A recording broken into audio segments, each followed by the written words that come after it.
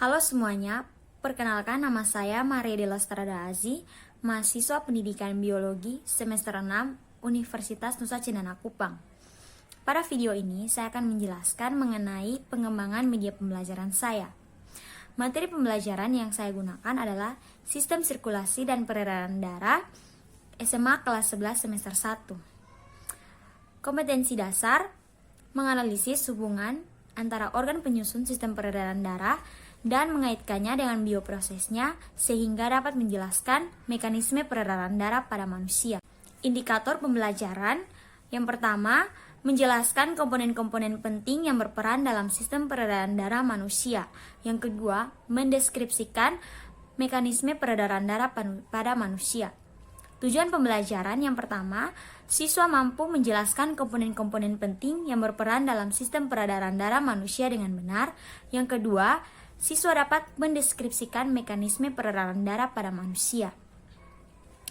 Pembelajaran ini menggunakan pendekatan saintifik dengan model pembelajaran discovery learning dan metode ceramah dan diskusi. Media awal yang saya gunakan dalam pembelajaran ini adalah Carta.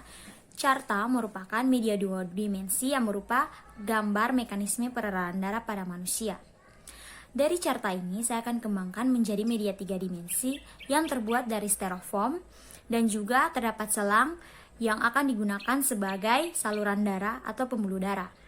Teman-teman bisa lihat gambar ini merupakan gambar Carta yang saya gunakan sebagai media awal berupa gambar mekanisme peredaran darah pada manusia. Sedangkan gambar berikut ini merupakan media yang telah saya kembangkan menggunakan styrofoam dan juga selang. Styrofoam ini akan digunakan sebagai penampang organ jantung dan juga paru-paru sehingga terlihat lebih timbul. Alasan pengembangan media ini adalah media yang terbuat dari styrofoam ini merupakan media yang mempunyai unsur tiga dimensi. Media ini mempunyai kemampuan untuk memperkuat kesan yang ingin disampaikan dalam suatu materi dan juga mempunyai daya tarik tersendiri sehingga dapat meningkatkan minat belajar siswa selama proses pembelajaran berlangsung.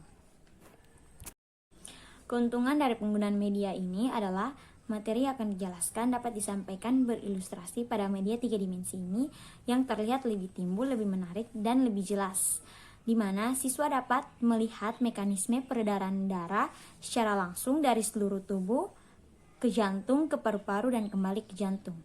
Hal ini dapat meningkatkan daya tarik siswa dalam mengenal materi, dalam mengerti dan memahami materi yang akan disampaikan oleh guru. Selain itu, keuntungan dari media ini salah satunya adalah tidak menggunakan listrik dan juga alat bantu seperti LCD, sehingga akan sangat dapat membantu pada sekolah-sekolah yang belum memiliki fasilitas listrik yang belum memadai. Selain itu, media ini juga dapat dipajang atau disimpan di kelas, sehingga siswa dapat melihat dan mengingat kembali materi yang telah disampaikan. Adapun kekurangan dari media ini yaitu proses pembuatannya membutuhkan waktu yang cukup lama dan membutuhkan kreativitas selama proses pembuatannya. Media ini akan saya gunakan pada saat kegiatan inti.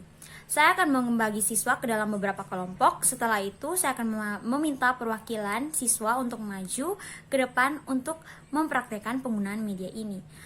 Ini bisa lihat pada video berikut ini merupakan praktek yang dilakukan. Baik, teman-teman bisa lihat ini adalah praktek yang dilakukan oleh siswa. Siswa akan memompa darah melalui botol yang telah disediakan. Darah dari seluruh tubuh akan masuk ke serambi kanan. Setelah itu akan masuk ke bilik kanan. Dan dari bilik kanan darah akan dipompa ke paru-paru. Nah, di paru-paru terjadi pertukaran gas CO2 dan O2. Darah bersih dari paru-paru akan dipompa masuk kembali ke jantung dan akan masuk melalui serambi kiri. Dari serambi kiri, darah akan masuk ke balik kiri. Darah bersih kayak O2 akan dipompa dari bilik kiri ke seluruh tubuh melalui aorta.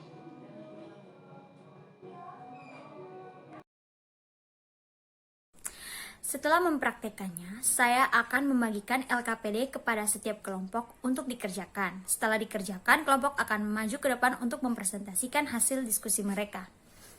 Setelah itu kita akan menyaring kesimpulan dari pembelajaran hari ini.